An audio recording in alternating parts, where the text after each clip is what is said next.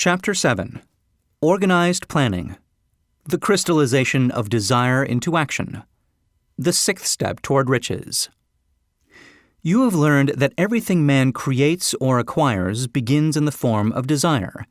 That desire is taken on the first lap of its journey, from the abstract to the concrete, into the workshop of the imagination, where plans for its transition are created and organized. In Chapter 2, you were instructed to take 6 definite practical steps as your first move in translating the desire for money into its monetary equivalent. One of these steps is the formation of a definite practical plan or plans, through which this transformation may be made. You will now be instructed how to build plans which will be practical, viz. A. Ally yourself with a group of as many people as you may need for the creation and carrying out of your plan or plans for the accumulation of money, making use of the mastermind principle described in a later chapter. Compliance with this instruction is absolutely essential. Do not neglect it. B. Before forming your mastermind alliance, decide what advantages and benefits you may offer the individual members of your group in return for their cooperation. No one will work indefinitely without some form of compensation. No intelligent person will either request or expect another to work without adequate compensation, although this may not always be in the form of money. C. Arrange to meet with the members of your mastermind group at least twice a week, and more often if possible, until you have jointly perfected the necessary plan or plans for the accumulation of money. D. Maintain perfect harmony between yourself and every member of your mastermind group. If you fail to carry out this instruction to the letter, you may expect to meet with failure. The mastermind principle cannot obtain where perfect harmony does not prevail. Keep in mind these facts. First, you are engaged in an undertaking of major importance to you. To be sure of success, you must have plans which are faultless.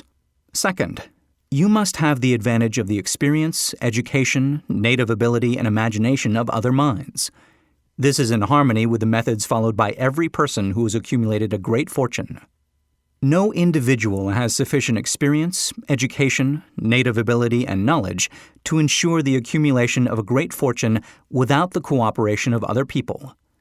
Every plan you adopt in your endeavor to accumulate wealth should be the joint creation of yourself and every other member of your mastermind group. You may originate your own plans, either in whole or in part, but see that those plans are checked and approved by the members of your mastermind alliance. If the first plan which you adopt does not work successfully, replace it with a new plan. If this new plan fails to work, replace it in turn with still another, and so on until you find a plan which does work. Right here is the point at which the majority of men meet with failure, because of their lack of persistence in creating new plans to take the place of those which fail. The most intelligent man living cannot succeed in accumulating money, nor in any other undertaking, without plans which are practical and workable. Just keep this fact in mind, and remember when your plans fail, that temporary defeat is not permanent failure. It may only mean that your plans have not been sound. Build other plans. Start all over again. Thomas A. Edison failed 10,000 times before he perfected the incandescent electric light bulb. That is, he met with temporary defeat 10,000 times before his efforts were crowned with success. Temporary defeat should mean only one thing: the certain knowledge that there is something wrong with your plan. Millions of men go through life in misery and poverty because they lack a sound plan through which to accumulate a fortune. Henry Ford accumulated a fortune, not because of his superior mind, but because he adopted and followed a plan which proved to be sound. 1,000 men could be pointed out, each with a better education than Ford's, yet each of whom lives in poverty, because he does not possess the right plan for the accumulation of money. Your achievement can be no greater than your plans are sound. That may seem to be an axiomatic statement, but it is true. Samuel Insull lost his fortune of over $100 million. The Insull fortune was built on plans which were sound. The business depression forced Mr. Insull to change his plans, and the change brought temporary defeat, because his new plans were not sound. Mr. Insel is now an old man. He may consequently accept failure instead of temporary defeat. But if his experience turns out to be failure, it will be for the reason that he lacks the fire of persistence to rebuild his plans. No man is ever whipped until he quits, in his own mind. This fact will be repeated many times because it is so easy to take the count at the first sign of defeat. James J. Hill met with temporary defeat when he first endeavored to raise the necessary capital to build a railroad from the east to the west. But he too turned defeat into victory through new plans. Henry Ford met with temporary defeat, not only at the beginning of his automobile career, but after he had gone far toward the top. He created new plans and went marching on to financial victory. We see men who have accumulated great fortunes, but we often recognize only their triumph, overlooking the temporary defeats which they had to surmount before arriving. No follower of this philosophy can reasonably expect to accumulate a fortune without experiencing temporary defeat. When defeat comes, accept it as a signal that your plans are not sound. Rebuild those plans, and set sail once more toward your coveted goal. If you give up before your goal has been reached, you are a quitter. A quitter never wins, and a winner never quits. Lift this sentence out, write it on a piece of paper in letters an inch high, and place it where you will see it every night before you go to sleep, and every morning before you go to work. When you begin to select members for your mastermind group, endeavor to select those who do not take defeat seriously. Some people foolishly believe that only money can make money. This is not true. Desire, transmuted into its monetary equivalent through the principles laid down here, is the agency through which money is made. Money of itself is nothing but inert matter. It cannot move, think, or talk, but it can hear when a man who desires it calls it to come. Planning the sale of services. The remainder of this chapter has been given over to a description of ways and means of marketing personal services. The information here conveyed will be of practical help to any person having any form of personal services to market, but it will be of priceless benefit to those who aspire to leadership in their chosen occupations. Intelligent planning is essential for success in any undertaking designed to accumulate riches. Here will be found detailed instructions to those who must begin the accumulation of riches by selling personal services. It should be encouraging to know that practically all the great fortunes began in the form of compensation for personal services, or from the sale of ideas. What else, except ideas and personal services, would one not possessed of property have to give in return for riches? Broadly speaking, there are two types of people in the world. One type is known as leaders, and the other as followers. Decide at the outset whether you intend to become a leader in your chosen calling or remain a follower. The difference in compensation is vast. The follower cannot reasonably expect the compensation to which a leader is entitled, although many followers make the mistake of expecting such pay. It is no disgrace to be a follower. On the other hand, it is no credit to remain a follower. Most great leaders began in the capacity of followers. They became great leaders because they were intelligent followers. With few exceptions, the man who cannot follow a leader intelligently cannot become an efficient leader. The man who can follow a leader most efficiently is usually the man who develops into leadership most rapidly. An intelligent follower has many advantages, among them the opportunity to acquire knowledge from his leader. The major attributes of leadership. The following are important factors of leadership. 1. Unwavering courage based upon knowledge of self and of one's occupation. No follower wishes to be dominated by a leader who lacks self-confidence and courage. No intelligent follower will be dominated by such a leader very long. 2. Self-control. The man who cannot control himself can never control others. Self-control sets a mighty example for one's followers, which the more intelligent will emulate. 3. A keen sense of justice. Without a sense of fairness and justice, no leader can command and retain the respect of his followers. 4. Definiteness of decision. The man who wavers in his decisions shows that he is not sure of himself.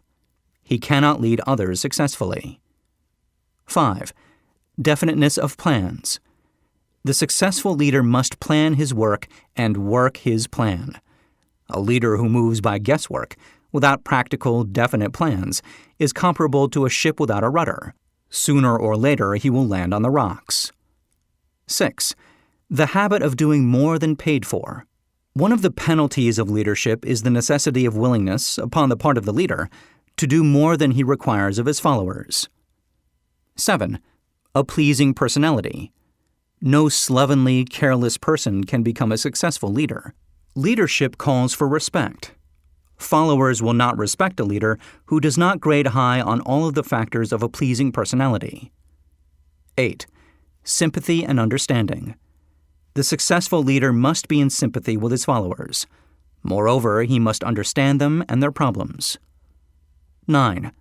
Mastery of detail. Successful leadership calls for mastery of details of the leader's position. 10. Willingness to assume full responsibility. The successful leader must be willing to assume responsibility for the mistakes and the shortcomings of his followers. If he tries to shift this responsibility, he will not remain the leader. If one of his followers makes a mistake and shows himself incompetent, the leader must consider that it is he who failed. 11. Cooperation. The successful leader must understand and apply the principle of cooperative effort and be able to induce his followers to do the same. Leadership calls for power, and power calls for cooperation. There are two forms of leadership. The first, and by far the most effective, is leadership by consent of and with the sympathy of the followers. The second is leadership by force, without the consent and sympathy of the followers. History is filled with evidences that leadership by force cannot endure. The downfall and disappearance of dictators and kings is significant. It means that people will not follow forced leadership indefinitely. The world has just entered a new era of relationship between leaders and followers, which very clearly calls for new leaders and a new brand of leadership in business and industry. Those who belong to the old school of leadership by force must acquire an understanding of the new brand of leadership, cooperation, or be relegated to the rank and file of the followers. There is no other way out for them. The relationship of employer and employee, or of leader and follower in the future, will be one of mutual cooperation, based upon an equitable division of the profits of business. In the future, the relationship of employer and employee will be more like a partnership than it has been in the past. Napoleon, Kaiser Wilhelm of Germany, the Tsar of Russia, and the King of Spain were examples of leadership by force. Their leadership passed. Without much difficulty, one might point to the prototypes of these ex-leaders among the business, financial, and labor leaders of America who have been dethroned or slated to go. Leadership by consent of the followers is the only brand which can endure. Men may follow the forced leadership temporarily, but they will not do so willingly. The new brand of leadership will embrace the 11 factors of leadership described in this chapter, as well as some other factors. The man who makes these the basis of his leadership will find abundant opportunity to lead in any walk of life. The Depression was prolonged largely because the world lacked leadership of the new brand. At the end of the Depression, the demand for leaders who are competent to apply the new methods of leadership has greatly exceeded the supply. Some of the old type of leaders will reform and adapt themselves to the new brand of leadership. But generally speaking, the world will have to look for new timber for its leadership. This necessity may be your opportunity. The 10 major causes of failure in leadership. We come now to the major faults of leaders who fail, because it is just as essential to know what not to do as it is to know what to do. 1. Inability to organize details. Efficient leadership calls for ability to organize and to master details. No genuine leader is ever too busy to do anything which may be required of him in his capacity as leader. When a man, whether he is a leader or follower, admits that he is too busy to change his plans, or to give attention to any emergency, he admits his inefficiency. The successful leader must be the master of all details connected with his position. That means, of course, that he must acquire the habit of relegating details to capable lieutenants. 2. Unwillingness to render humble service. Truly great leaders are willing, when occasion demands, to perform any sort of labor which they would ask another to perform. The greatest among ye shall be the servant of all, is a truth which all able leaders observe and respect. 3. Expectation of pay for what they know, instead of what they do with that which they know. The world does not pay men for that which they know. It pays them for what they do, or induce others to do. 4. Fear of competition from followers. The leader who fears that one of his followers may take his position is practically sure to realize that fear sooner or later. The able leader trains understudies to whom he may delegate at will any of the details of his position. Only in this way may a leader multiply himself and prepare himself to be at many places and give attention to many things at one time. It is an eternal truth that men receive more pay for their ability to get others to perform than they could possibly earn by their own efforts. An efficient leader may, through his knowledge of his job and the magnetism of his personality, greatly increase the efficiency of others and induce them to render more service and better service than they could render without his aid. 5. Lack of imagination. Without imagination, the leader is incapable of meeting emergencies and of creating plans by which to guide his followers efficiently. 6. Selfishness. The leader who claims all the honor for the work of his followers is sure to be met by resentment. The really great leader claims none of the honors. He is contented to see the honors, when there are any, go to his followers, because he knows that most men will work harder for commendation and recognition than they will for money alone. 7. Intemperance. Followers do not respect an intemperate leader. Moreover, intemperance in any of its various forms destroys the endurance and the vitality of all who indulge in it. 8. Disloyalty. Perhaps this should have come at the head of the list.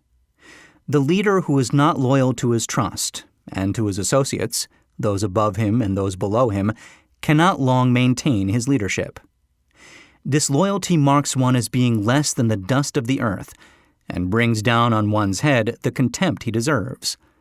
Lack of loyalty is one of the major causes of failure in every walk of life. 9. Emphasis of the authority of leadership. The efficient leader leads by encouraging, and not by trying to instill fear in the hearts of his followers. The leader who tries to impress his followers with his authority comes within the category of leadership through force. If a leader is a real leader, he will have no need to advertise that fact except by his conduct, his sympathy, understanding, fairness, and a demonstration that he knows his job. 10. Emphasis of title. The competent leader requires no title to give him the respect of his followers. The man who makes too much over his title generally has little else to emphasize. The doors to the office of the real leader are open to all who wish to enter, and his working quarters are free from formality or ostentation.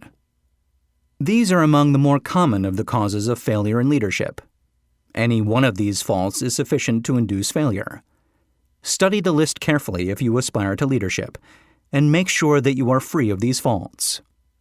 Some fertile fields in which new leadership will be required. Before leaving this chapter, your attention is called to a few of the fertile fields in which there has been a decline of leadership, and in which the new type of leader may find an abundance of opportunity. First, in the field of politics, there is a most insistent demand for new leaders, a demand which indicates nothing less than an emergency. The majority of politicians have seemingly become high-grade, legalized racketeers. They have increased taxes and debauched the machinery of industry and business until the people can no longer stand the burden. Second, the banking business is undergoing a reform. The leaders in this field have almost entirely lost the confidence of the public. Already the bankers have sensed the need of reform, and they have begun it. Third, industry calls for new leaders. The old type of leaders thought and moved in terms of dividends, instead of thinking and moving in terms of human equations. The future leader in industry, to endure, must regard himself as a quasi-public official, whose duty it is to manage his trust in such a way that it will work hardship on no individual or group of individuals. Exploitation of working men is a thing of the past. Let the man who aspires to leadership in the field of business, industry, and labor remember this.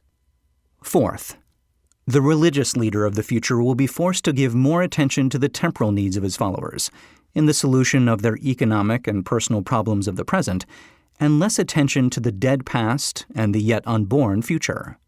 Fifth, in the professions of law, medicine, and education, a new brand of leadership, and to some extent new leaders, will become a necessity. This is especially true in the field of education. The leader in that field must, in the future, find ways and means of teaching people how to apply the knowledge they receive in school. He must deal more with practice and less with theory. Sixth, new leaders will be required in the field of journalism. Newspapers of the future, to be conducted successfully, must be divorced from special privilege and relieved from the subsidy of advertising. They must cease to be organs of propaganda for the interests which patronize their advertising columns. The type of newspaper which publishes scandal and lewd pictures will eventually go the way of all forces which debauch the human mind. These are but a few of the fields in which opportunities for new leaders and a new brand of leadership are now available. The world is undergoing a rapid change. This means that the media through which the changes in human habits are promoted must be adapted to the changes. The media here described are the ones which, more than any others, determine the trend of civilization. When and how to apply for a position. The information described here is the net result of many years of experience, during which thousands of men and women were helped to market their services effectively. It can, therefore, be relied upon as sound and practical. Media through which services may be marketed. Experience has proved that the following media offer the most direct and effective methods of bringing the buyer and seller of personal services together. 1. Employment bureaus. Care must be taken to select only reputable bureaus, the management of which can show adequate records of achievement of satisfactory results. There are comparatively few such bureaus. 2. Advertising in newspapers, trade journals, magazines, and radio. Classified advertising may usually be relied upon to produce satisfactory results in the case of those who apply for clerical or ordinary salaried positions. Display advertising is more desirable in the case of those who seek executive connections, the copy to appear in the section of the paper, which is most apt to come to the attention of the class of employer being sought. The copy should be prepared by an expert who understands how to inject sufficient selling qualities to produce replies. 3. Personal letters of application, directed to particular firms or individuals most apt to need such services as are being offered. Letters should be neatly typed always and signed by hand. With the letter should be sent a complete brief or outline of the applicant's qualifications.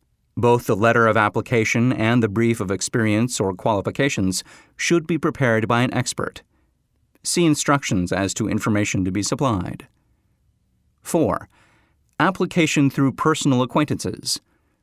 When possible, the applicant should endeavor to approach prospective employers through some mutual acquaintance. This method of approach is particularly advantageous in the case of those who seek executive connections and do not wish to appear to be peddling themselves. 5. Application in person.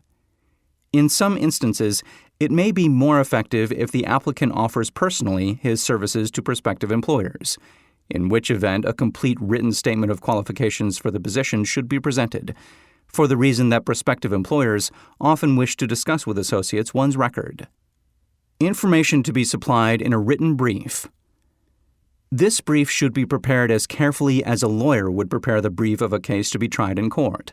Unless the applicant is experienced in the preparation of such briefs, an expert should be consulted, and his services enlisted for this purpose. Successful merchants employ men and women who understand the art and the psychology of advertising to present the merits of their merchandise. One who has personal services for sale should do the same. The following information should appear in the brief. 1. Education. State briefly but definitely what schooling you have had and in what subjects you specialized in school, giving the reasons for that specialization. 2. Experience. If you have had experience in connection with positions similar to the one you seek, describe it fully. State names and addresses of former employers. Be sure to bring out clearly any special experience you may have had, which would equip you to fill the position you seek. 3. References. Practically every business firm desires to know all about the previous records, antecedents, etc. of prospective employees who seek positions of responsibility. Attach to your brief photostatic copies of letters from A. Former employers, B. Teachers under whom you studied, C. Prominent people whose judgment may be relied upon. 4. Photograph of self. Attach to your brief a recent unmounted photograph of yourself. 5. Apply for a specific position. Avoid application for a position without describing exactly what particular position you seek. Never apply for just a position. That indicates you lack specialized qualifications. 6. State your qualifications for the particular position for which you apply. Give full details as to the reason you believe you are qualified for the particular position you seek. This is the application. It will determine more than anything else what consideration you receive. 7. Offer to go to work on probation. In the majority of instances, if you are determined to have the position for which you apply, it will be most effective if you offer to work for a week or a month or for a sufficient length of time to enable your prospective employer to judge your value without pay. This may appear to be a radical suggestion, but experience has proved that it seldom fails to win at least a trial. If you are sure of your qualifications, a trial is all you need. Incidentally, such an offer indicates that you have confidence in your ability to fill the position you seek. It is most convincing. If your offer is accepted and you make good, more than likely you will be paid for your probation period. Make clear the fact that your offer is based upon A. Your confidence in your ability to fill the position, B. Your confidence in your prospective employer's decision to employ you after trial, C. Your determination to have the position you seek. 8. Knowledge of your prospective employer's business. Before applying for a position, do sufficient research in connection with the business to familiarize yourself thoroughly with that business, and indicate in your brief the knowledge you have acquired in this field. This will be impressive, as it will indicate that you have imagination and a real interest in the position you seek. Remember that it is not the lawyer who knows the most law, but the one who best prepares his case who wins. If your case is properly prepared and presented, your victory will have been more than half won at the outset. Do not be afraid of making your brief too long. Employers are just as much interested in purchasing the services of well-qualified applicants as you are in securing employment. In fact, the success of most successful employers is due in the main to their ability to select well-qualified lieutenants. They want all the information available. Remember another thing.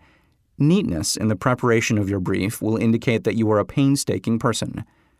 I have helped to prepare briefs for clients which were so striking and out of the ordinary that they resulted in the employment of the applicant without a personal interview. When your brief has been completed, have it neatly bound by an experienced binder and lettered by an artist or printer similar to the following. Brief of the qualifications of Robert K. Smith, applying for the position of private secretary to the president of the blank company, Incorporated. Change names each time brief is shown. This personal touch is sure to command attention. Have your brief neatly typed or mimeographed on the finest paper you can obtain, and bound with a heavy paper of the book cover variety, the binder to be changed, and the proper firm name to be inserted if it is to be shown to more than one company. Your photograph should be pasted on one of the pages of your brief. Follow these instructions to the letter, improving upon them wherever your imagination suggests. Successful salesmen groom themselves with care. They understand that first impressions are lasting. Your brief is your salesman. Give it a good suit of clothes, so it will stand out in bold contrast to anything your prospective employer ever saw in the way of an application for a position. If the position you seek is worth having, it is worth going after with care. Moreover, If you sell yourself to an employer in a manner that impresses him with your individuality, you probably will receive more money for your services from the very start than you would if you applied for employment in the usual conventional way. If you seek employment through an advertising agency or an employment agency, have the agent use copies of your brief in marketing your services. This will help to gain preference for you, both with the agent and the prospective employers. How to get the exact position you desire. Everyone enjoys doing the kind of work for which he is best suited. An artist loves to work with paints, a craftsman with his hands, a writer loves to write. Those with less definite talents have their preferences for certain fields of business and industry. If America does anything well, it offers a full range of occupations, tilling the soil, manufacturing, marketing, and the professions. First, decide exactly what kind of a job you want. If the job doesn't already exist, perhaps you can create it. Second, choose the company or individual for whom you wish to work.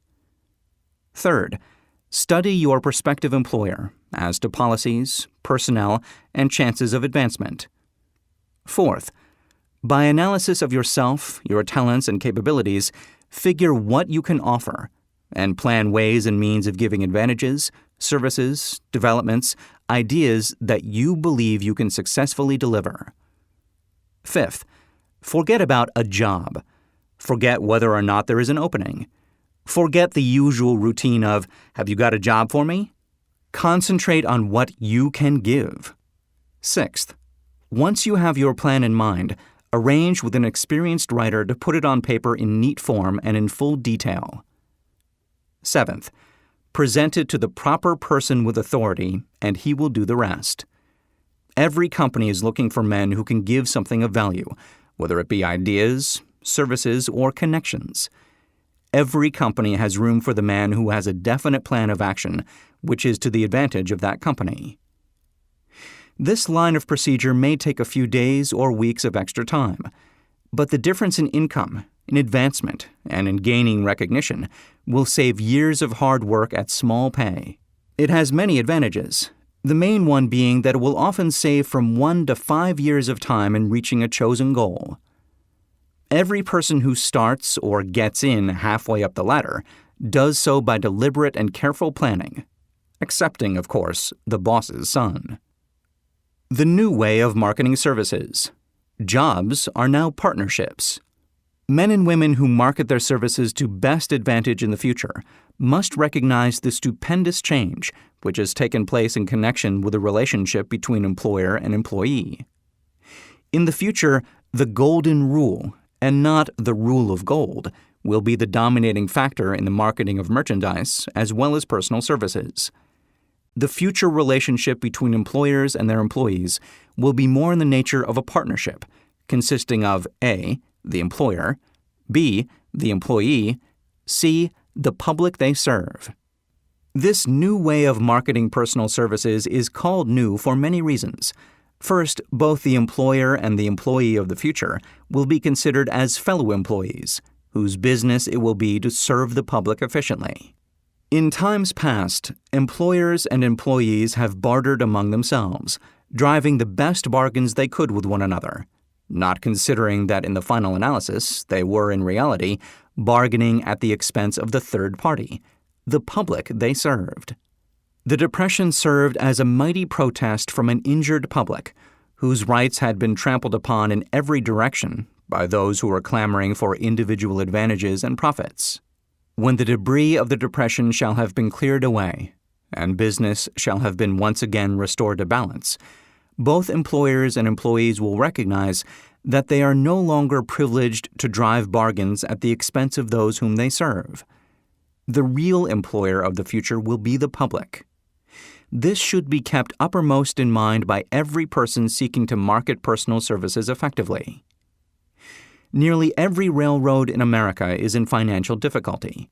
Who does not remember the day when, if a citizen inquired at the ticket office the time of departure of a train, he was abruptly referred to the bulletin board instead of being politely given the information? The streetcar companies have experienced a change of times also. There was a time not so very long ago when streetcar conductors took pride in giving argument to passengers. Many of the streetcar tracks have been removed, and passengers ride on a bus, whose driver is the last word in politeness. All over the country, streetcar tracks are rusting from abandonment or have been taken up. Wherever streetcars are still in operation, passengers may now ride without argument, and one may even hail the car in the middle of the block, and the motorman will obligingly pick him up. How times have changed. That is just the point I am trying to emphasize. Times have changed. Moreover, the change is reflected not merely in railroad offices and on streetcars, but in other walks of life as well. The public be damned policy is now passé. It has been supplanted by the "we are obligingly at your service, sir" policy. The bankers have learned a thing or two during this rapid change which has taken place during the past few years. Impoliteness on the part of a bank official or bank employee today is as rare as it was conspicuous a dozen years ago. In the years past, some bankers, not all of them of course, carried an atmosphere of austerity which gave every would-be borrower a chill when he even thought of approaching his banker for a loan. The thousands of bank failures during the Depression had the effect of removing the mahogany doors behind which bankers formerly barricaded themselves.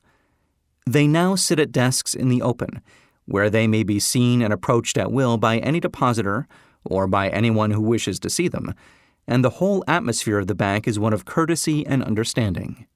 It used to be customary for customers to have to stand and wait at the corner grocery until the clerks were through passing the time of day with friends, and the proprietor had finished making up his bank deposit before being waited upon. Chain stores, managed by courteous men who do everything in the way of service short of shining the customer's shoes, have pushed the old-time merchants into the background.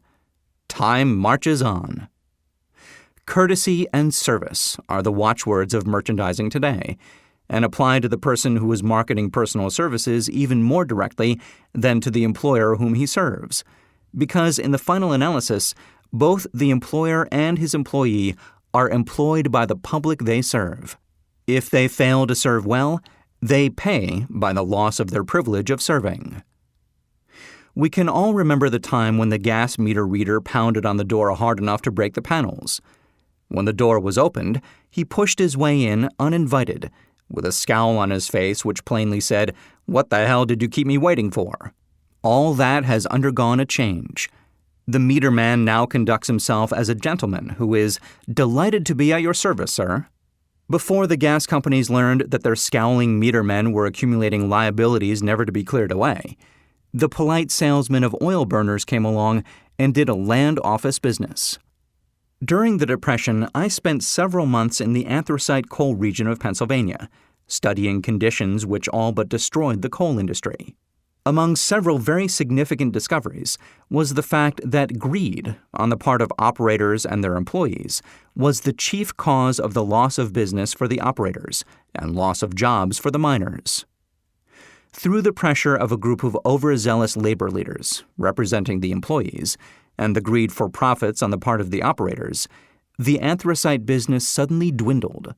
The coal operators and their employees drove sharp bargains with one another, adding the cost of the bargaining to the price of the coal, until finally they discovered they had built up a wonderful business for the manufacturers of oil-burning outfits and the producers of crude oil. The wages of sin is death. Many have read this in the Bible, but few have discovered its meaning. Now and for several years, the entire world has been listening by force to a sermon which might well be called, "Whatsoever a man soweth, that shall he also reap." Nothing as widespread and effective as the Depression could possibly be just a coincidence. Behind the Depression was a cause. Nothing ever happens without a cause.